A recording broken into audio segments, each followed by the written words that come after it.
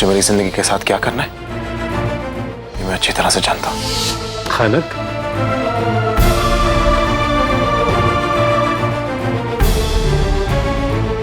क्या बात है बेटा? आप नहीं आदाब, कुछ नहीं, वो बस ऐसे ही। ऐसे ही? मैं किस ऐसे की इतनी हिम्मत कि उसने हमारे खनक के हंसते हुए चेहरे को परेशान कर दिया? आदाब, समझ में नहीं आ रहा है मैं किससे कहूँ और क्या कहूँ। शान ने कुछ किया?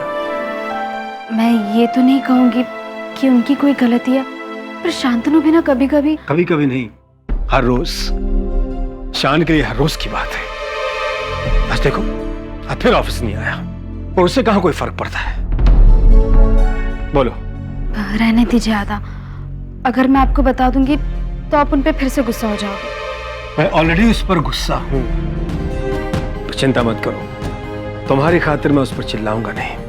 बताओ क्या बात है? जब आप शांतनु की उम्र के थे तो क्या आपको ऑफिस जाना अच्छा लगता था? बिल्कुल नहीं, मुझे तो ऑफिस की शक्ल से ही नफरत थी। फिर क्या? मैं तो आईएएस ऑफिसर बनना चाहता था। मेरे अदा से भी मेरी इसी बात पर बहस हुआ करती थी। वो चाहते थे कि मैं उनका शुरू किया वो छोटा सा बिजनेस संभालूं। हम मारवाड़ी थे ना, बिजनेस परिवार के, सारे लोग बिजनेस करते थे। पढ़ाई करके आईएएस ऑफिसर बनना कभी किसी ने सोचा भी नहीं था। तो क्या फिर आदा मान गए? बिल्कुल नहीं, शायद ये उन्हीं की जिद थी जो आज मैं इस मकाम पर खड़ा हूं। आज देखो, उनके शुरू किए हुए छोटे से बिजनेस को मैंने एक एम्पायर की शक्ल दे दी, क्योंकि उन्हें मुझ पर विश्वास था। वो जानते थे कि मेरे लिए क्या सही है। फिर मेहनत, बहुत मेहनत की, दिन रात एक कर दिए। ये जो उजाला देख रही हो तुम, इसके पीछे बहुत सारी अंधेरी रातें छिपी हुई है। काश शान ये बात समझ पाता।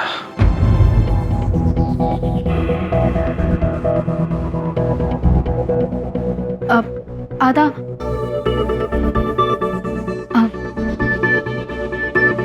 आदा, अभी आप खुश हैं, पर क्या आपको ऐसा नहीं लगता अगर आपने अपना मनचाहा काम किया होता तो आप इससे ज्यादा खुश होते?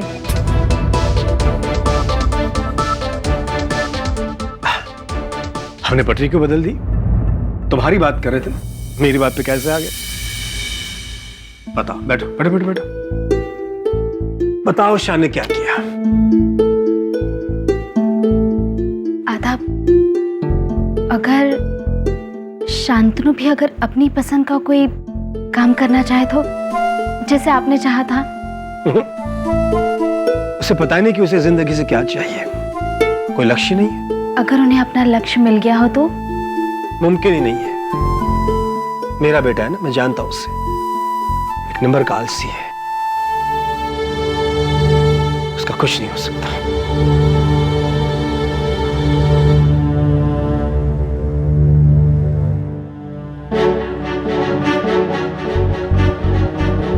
मुझे शांतनु से बात करनी होगी।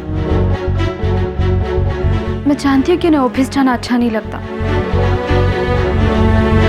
तो क्या हुआ? अगर वो मुझसे बात करना भी बंद कर दे तो भी मुझे उनसे बात करनी होगी और उन्हें मेरी बात सुननी होगी, क्योंकि ये सब मैं अपने लिए नहीं, उनके लिए कर रही हूँ।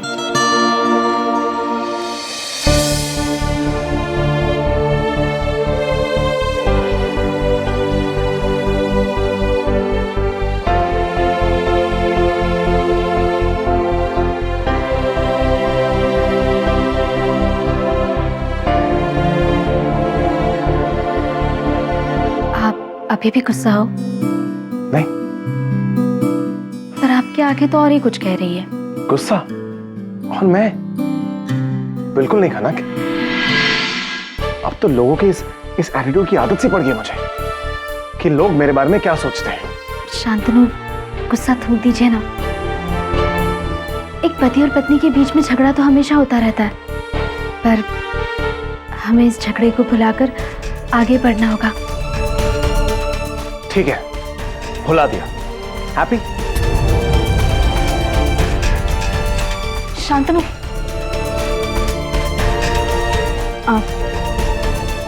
शांतनु, मैं आपको समझने की पूरी कोशिश कर रही हूँ, पर यह कोशिश तब कामयाब होगी जब आप अपने दिल की बात मुझसे छिपाना बंद कर देंगे।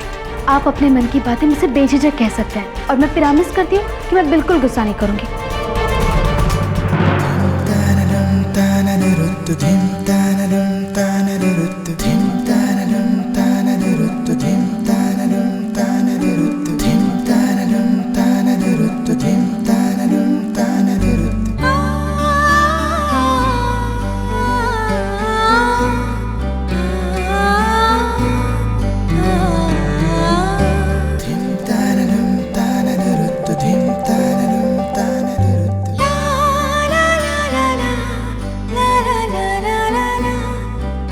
खनक, तुम चाहती हो ना कि मैं तुम्हें अपने दिल की बात बताऊं? सब सच सच? हाँ। और तुम्हें पूरा भरोसा है कि तुम सच के साथ डील कर पाओगे, चाहे वो कुछ भी हो? हाँ शांतनु। ठीक है खनक, मुझे ऑफिस जाना बिल्कुल अच्छा नहीं लगता, और सच्चाई यही है कि कल से मैं ऑफिस नहीं जाऊंगा।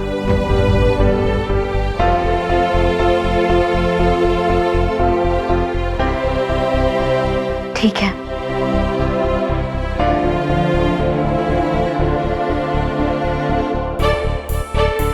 खनक, शायद तुमने ठीक से सुना नहीं। मैंने ये कहा कि कल से मैं ऑफिस नहीं जाऊंगा। मैंने सुन लिया शांतनु।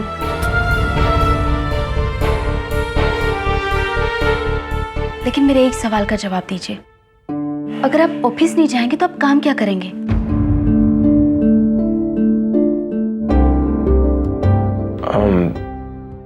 तो वो मैंने अब तक सोचा नहीं है। क्या? शांतनु, आप एक शादीशुदा इंसान हैं, और आप पर सिर्फ अपनी ही नहीं, अपने पत्नी के जीवन की भी जिम्मेदारी है, और आप कह रहे हैं कि आपने सोचा ही नहीं। खनक, तुम कहना क्या चाहती हो? सब कुछ तो है हमारे पास, देखो। जिस सब कुछ की आप बात कर रहे हो, जिस ऐशो आराम की बात कर रहे हो, वो आपका है ही नहीं शांतनु। वो आपके अदा का है, ये उनकी मेहनत की कमाई है। अगर एक इंसान की अहमियत उसके कमाए हुए पैसे से होती है तो ठीक है यार, मैं भी कमा लूंगा। कैसे शांतनु, कैसे कमाएंगे आप? वो मैंने सोचा नहीं, लेकिन मैं कमा लूंगा। ओके?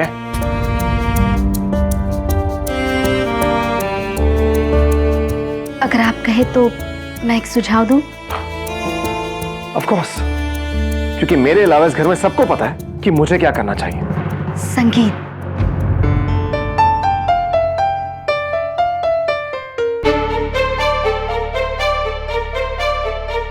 क्योंकि यही एक ऐसा काम है जिसे करते हुए आपके चेहरे पे खुशी छा जाती है। यही करना चाहते हैं ना आप?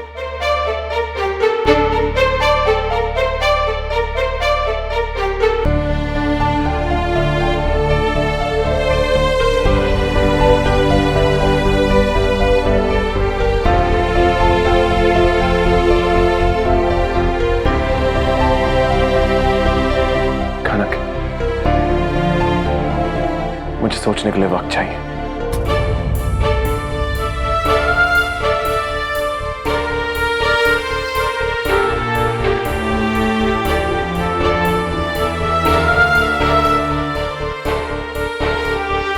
खाना म्यूजिक छोड़ने का एक कारण था,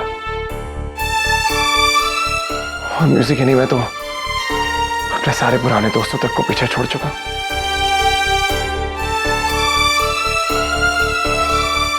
वो सारे दोस्त जो मेरे दिल के बहुत करीब थे। लेकिन आपके सब दोस्त तो वापस आ गए हैं और आप खुश भी हैं, फिर संगीत क्यों नहीं? तेरी मेरी दोस्ती हो गई है सस्ती, तेरी मेरी दोस्ती हो गई है सस्ती, भाव कितना बोल आलू को सही से तो आओ, तेरी मेरी दोस्ती हो गई। मुझे नहीं पता था कि तुम अब तक अपने पास्ट में जी रही हो? कहीं ऐसा तो नहीं कि आज भी तुम मेरे लिए फील करती हो? 1 2 cha cha cha 2 3 5 6 I love you miss. मुझे तुझसे कुछ कहना है। आओ, एक मिनट सैम। मेरे को पता है तेरे को क्या बोलना है। यही ना कि ऐसे ऐसे फ्लोरिंग के ऊपर ग्लाइडिंग, मेरा मतलब स्लाइडिंग नहीं करते हैं। बट डोंट वरी, ऑडिशन पे ऐसा फ्लोर थोड़ी होगा, वहां पे तो सब कुछ हाई फाई होएगा। ए सैम, तू भी गाना गाएगी ना? मैंने तेरे लिए भी 4 लाइन लिखी है, सुनेगी? नहीं। क्यों? तेरे को मेरे लिरिक्स पसंद नहीं है क्या?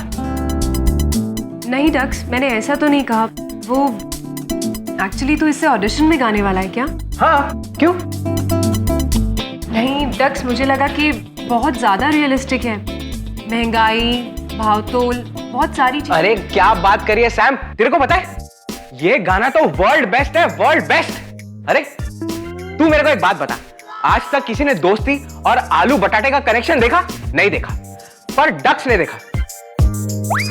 और एक बात बोलूं सैम, अगर ये गाना शान ने गाया होता ना, तो ये गाना और भी बड़ा हिट होता। अरे जरा सोच, माइक पे शान, मैं ड्रम्स पे, राहुल के।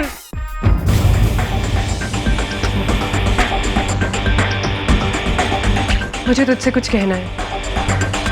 हाँ बोलना Sam, both my years for you.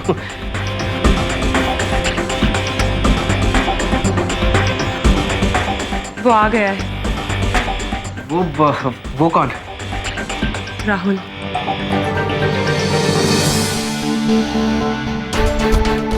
सब दोस्त नहीं खनक, सब नहीं।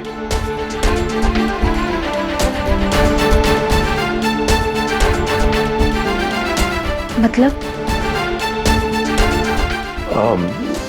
कुछ नहीं, रहने दो।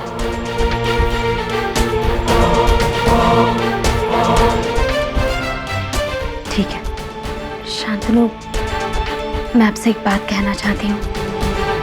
आपके जीवन में कोई लक्ष्य नहीं है, और जितना मैंने आपको समझा है, संगीत आपके जीवन का लक्ष्य बन सकता है।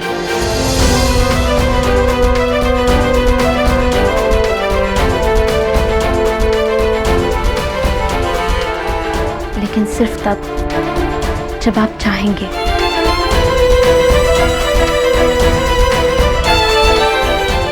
म्यूजिक के लिए अब मेरी जिंदगी में कोई जगह नहीं है। मैं अपने बीते हुए कल में अपना आने वाला कल ढूंढना नहीं चाहता कनक।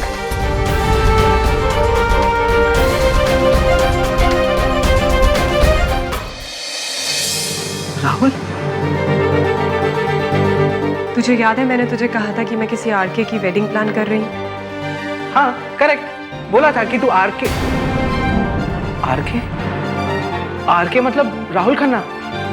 हाँ डकी, आरके मतलब राहुल खन्ना, द म्यूजिक बैरन। बहुत बड़ा आदमी बन गया है वो। उसी के ऑफिस से आ रही हूँ अभी। चाहता है कि मैं उसकी वेडिंग प्लानर बनूं। पर सैम, तू क्यों? क्योंकि मेरा पास्ट मेरा पीछा ही नहीं छोड़ता। एक बार फिर मेरी किस्मत ने राहुल को मेरे सामने लाकर खड़ा कर दिया है। अब चल कोई बात नहीं सैम, अच्छा हुआ तूने मना कर दिया।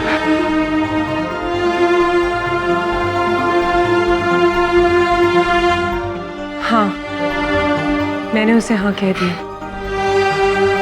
क्या बात करी है सैम, ये तो वही बात हो गई कि यू टेलिंग भैंस, कम हिट मी। सैम तूने ऐसा क्यों किया?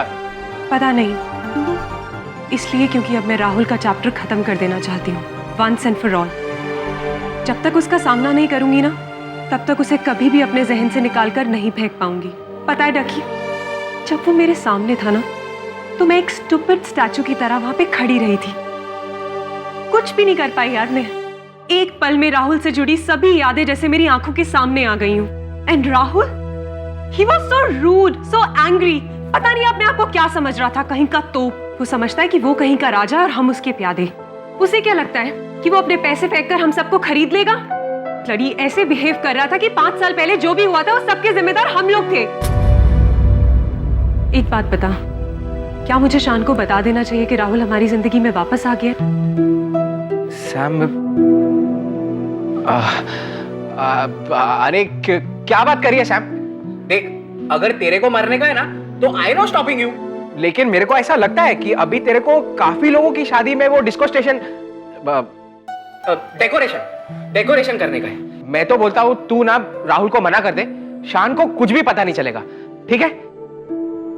पर हाँ सैम, अगर तेरे को राहुल की ये शादी करवाने की है ना तो then I suggesting you that to Shaan को सब सच सच बता दे, क्योंकि सैम दोस्तों से कभी कुछ छुपाना नहीं चाहिए। वो क्या है ना, ईमानदारी the best policy.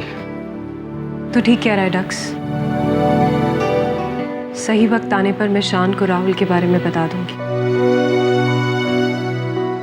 Friends, parties और पैसे उड़ाना, इसके सिवा शान ने कभी कुछ सीखा है? पता नहीं कब सुधरेगा ये लड़का। अब देखो, दोस्तों से मिलने चला गया, क्यों? क्योंकि ये काम उसके लिए बहुत जरूरी है। उसे बैठकर समझाना पड़ेगा कि ऐसे काम नहीं चलता, लेकिन मुझे यकीन है कि अगर उसे प्यार से समझाओगे तो वो जरूर समझ जाएगा। हाँ, पर उसे अपनी जिम्मेदारी को समझना होगा। अब वो शादीशुदा है, एक बीवी है जिसकी जिम्मेदारी उसके सर पर है। अगर जल्द ही उसने अपनी जिम्मेदारी नहीं समझी तो मैं उसके लिए कुछ नहीं कर पाऊंगा, कुछ नहीं।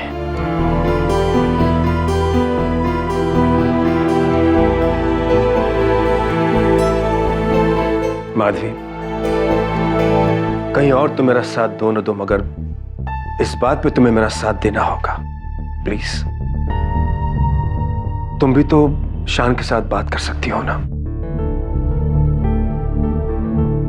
मैं भी चाहती हूँ कि शान अपनी रिस्पॉन्सिबिलिटी समझे, अपने पैरों पे खड़ा रहे। लेकिन सुनील, ये बात तुम्हें ही उसे करनी होगी। थैंक गॉड, कम से कम इस बात पर तो हमारी राय एक है। ठीक है, मैं ही उससे बात करूंगा। बैठो बेटा, तुमसे कुछ बात करनी है। आदाब, मुझसे कोई गलती हुई है क्या? हाँ। कैसी गलती? शान कहाँ है? वो तो अपने दोस्तों से मिलने जा रहे हैं। एग्जैक्टली। इस वक्त फैक्ट्री जाने के बजाय वो अपने दोस्तों से मिलने जा रहा है, और तुमने न ही उसे रोका न समझाने की कोशिश की, राइट? ऐसी बात नहीं है आदा, उन्हें काम से परहेज नहीं है। मुझे लगता है वो अपनी पसंद का काम करना चाहते हैं। What rubbish! 15,000 करोड़ के खंडेलवाल इंडस्ट्रीज का मालिक होना उसके टाइप का काम नहीं। नॉनसेंस। अब आदा, मैं इसी बारे में आपसे बात करने वाली थी। शांतनु को किसी और चीज में भी दिलचस्पी है। अच्छा, पार्टीज जाने के अलावा भी? बड़ी दिलचस्प बात कही तुमने। फिर कुछ एक्सप्लेन तो करो, और किस तरह का शौक है उसे?